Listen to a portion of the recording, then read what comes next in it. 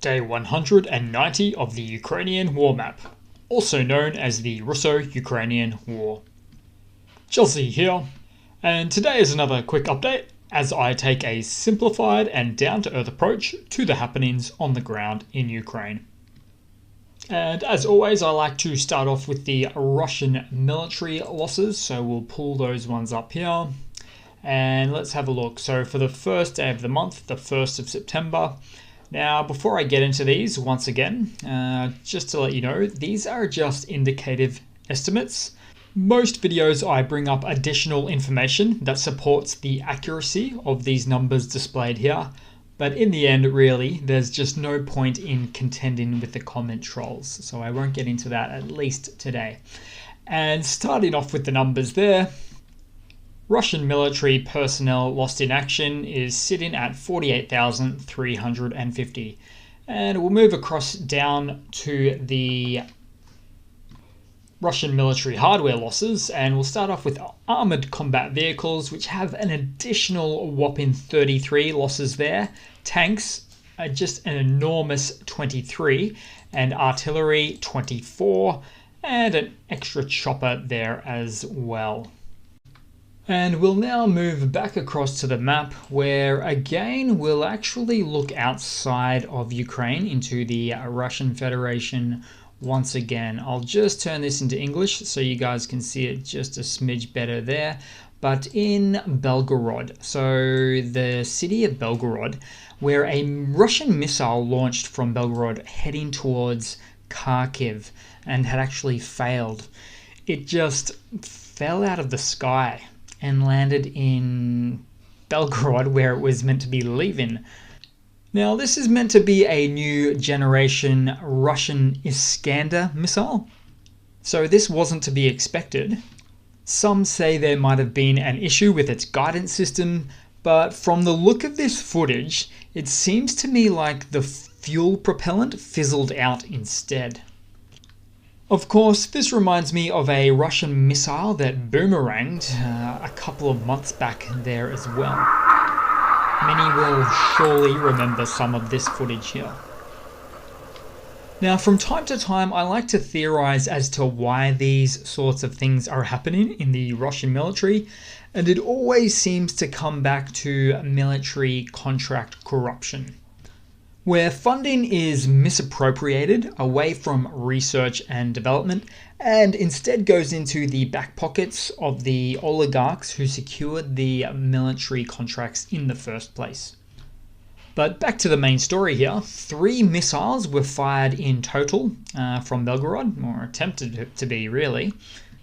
So the second missile failed and exploded in the air over the Kharkiv Oblast, and the last one hit an area near an educational institution in Kyiv.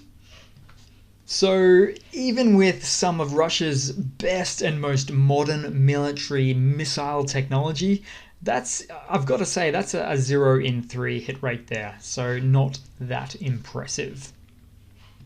Now, on that topic, Russia launched 2 S-300 missiles or rocket missiles in the Kharkiv region as well. So now it really needs to be said at this point, the S-300 missile systems, they're actually a Soviet-era air defense system, which is increasingly being used by Russia as a highly inaccurate weapon to hit at land targets, pointing to the Russian shortage of missile stock. And as for these missiles, they didn't hit any Ukrainian military installations either.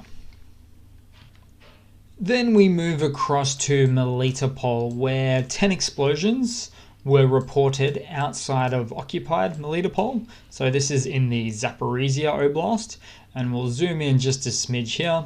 But the blasts were reported south of the city of Melitopol, right there, by Mayor Ivan Fedorov on Telegram. According to the mayor, Russia had military equipment in the area. But we do also know Russia is transferring military equipment from Melitopol towards Kherson, so as to assist with the recent ground they lost at that location there. And I'll certainly show you guys a little bit of that in just a second also. Now let's move across to the ever-contested Donbass region on the eastern side in the oblast, two oblasts here, so the Luhansk Oblast and the Donetsk Oblast, which make up or comprise of the quote-unquote Donbass region there, where there were some additional strikes in Bakhmut in particular. So if we zoom in there, we'll find Bakhmut, and got to go up a little bit, and there it is. So certainly a village near to the front line that Russia has been looking to take for quite some time now.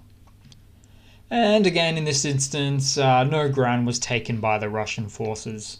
In fact, the whole of the Donbass remains fairly the same in recent times, except for a small gain by the Ukrainian forces, at least as far as the last 24 hours are concerned.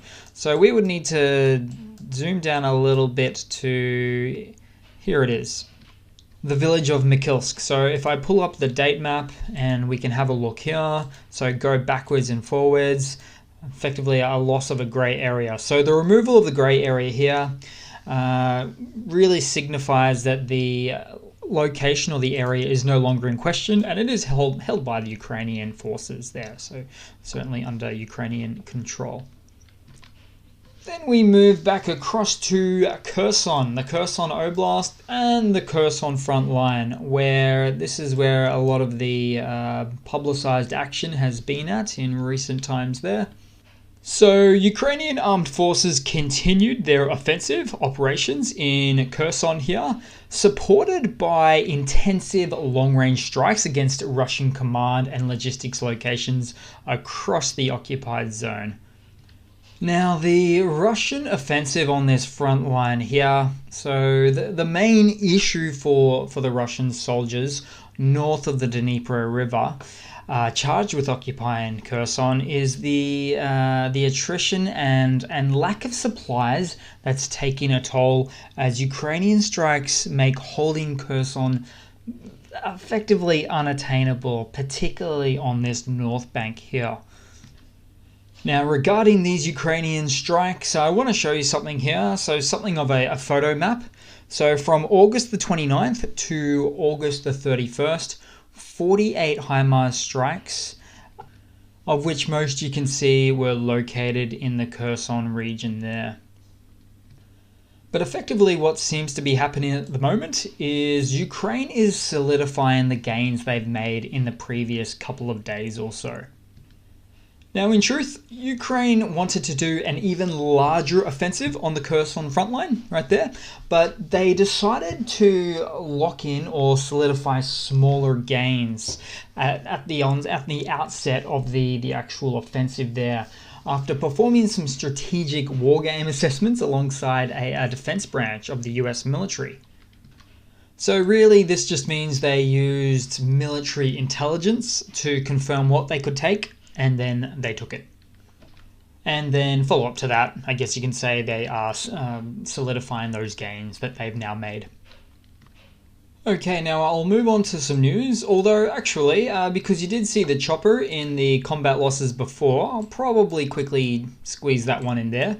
So the Ukrainian anti-aircraft missiles or missile systems downed the Russian helicopter, presumably a Kamov Ka-50, as well as 2 drones in the Donbass region or in the east around there. So yeah, just thought I'd pop that one in there too. And now we'll move across to the news. Ravil Maganov, the chairman of Russia's second largest oil producer, Lukoil, has died after allegedly falling from a window of the Central Clinical Hospital in Moscow. Now, at this point, I've really got to ask the question, is somebody counting how many top managers of Russia's largest companies have died of mysterious deaths in the last half year since the Ukrainian war began? Because there was also Sergei Protosenya, the CEO of Russian energy giant Novatek, found dead in a Spanish hotel during an Easter holiday with his wife and daughter. And a day before that, Gazprom Bank's Vladislav Avev was found dead in his multi-million-dollar apartment in Moscow together with his wife and daughter. Before that was the billionaire Vasily Melnikov, found dead with his wife and 2 sons in his own luxury apartment as well. Then we've got Mikhail Watford.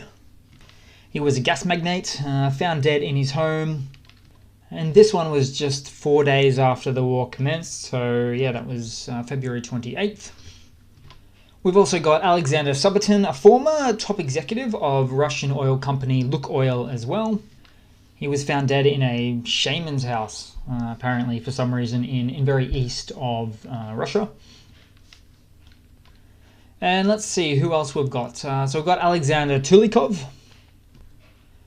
which is or was Gazprom's deputy general director, who hanged himself, or at least that's how the story went there. I should probably clear that up and say that it was said to be designed to look like a suicide. All of these, in fact, murder-suicide in some cases, with the families involved as well, very tragically. And there was another guy as well, but he was just before, in January this year, just before the Ukrainian war commenced there, Leonid Shulman, another one of Gazprom's top managers. Now, even with all of my notes here, I think that I have actually missed some in the mix, but you really start to get the point here. These were all very powerful, very wealthy men that effectively had their fingers on the pulse of the energy and bank sectors of Russia. Particularly, or most of the time, these are privatized sectors.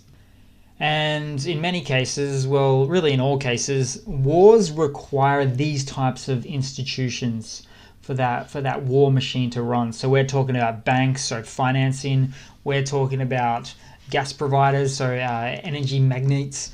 We're talking about people that need to be, I suppose, controlled or in line with the Russian political narrative to actually enter war and be provided with energy and finances to do so.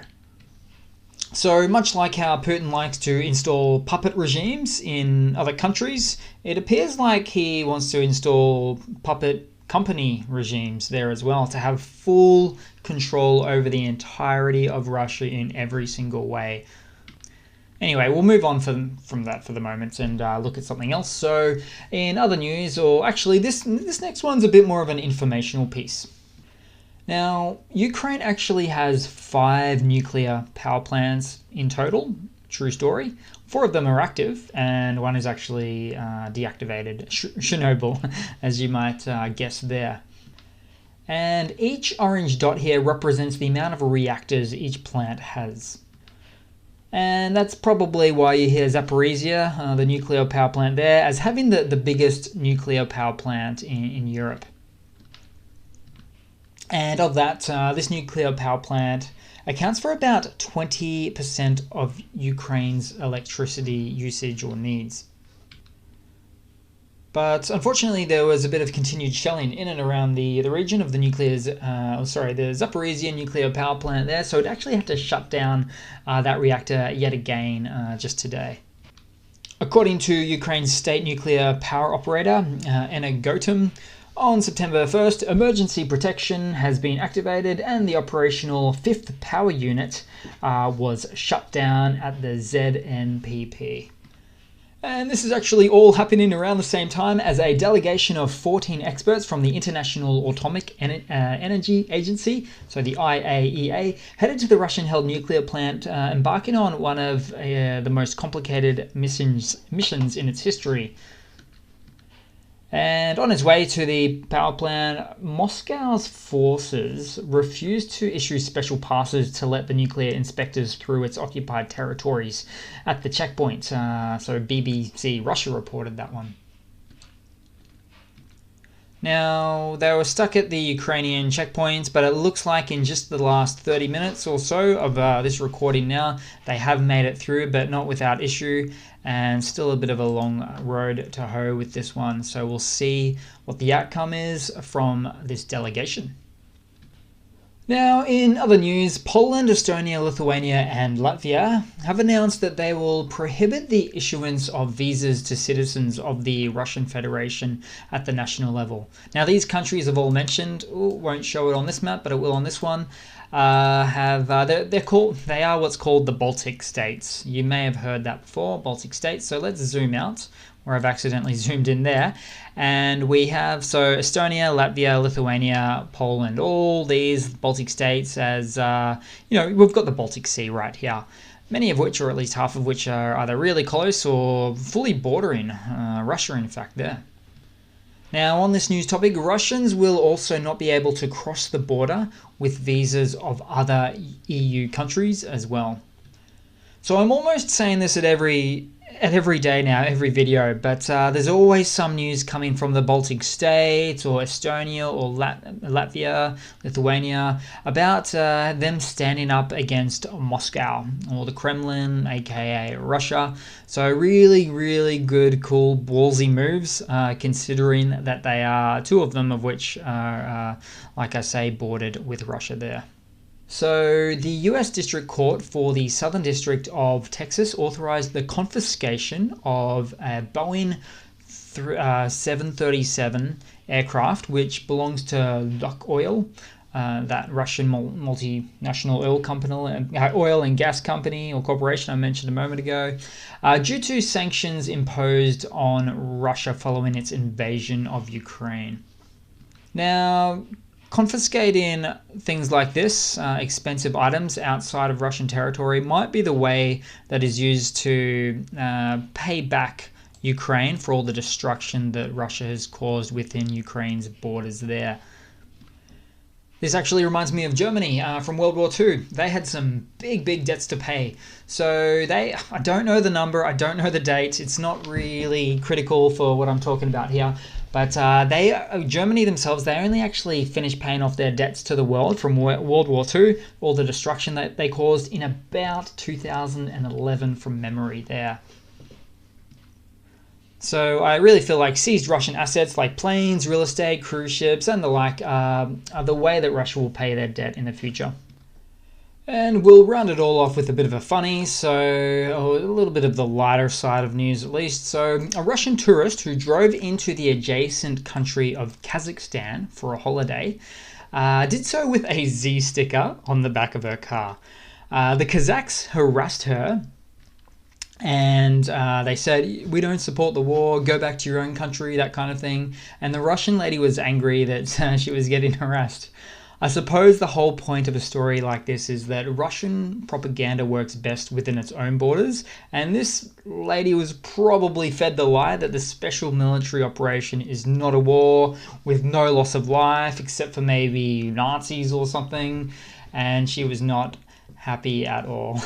So that's pretty much it, guys. Thanks for watching. Please leave a comment, subscribe, hit that like button. Avoid or ignore the trolls where you can, and I do hope to see all of you guys there in the next one.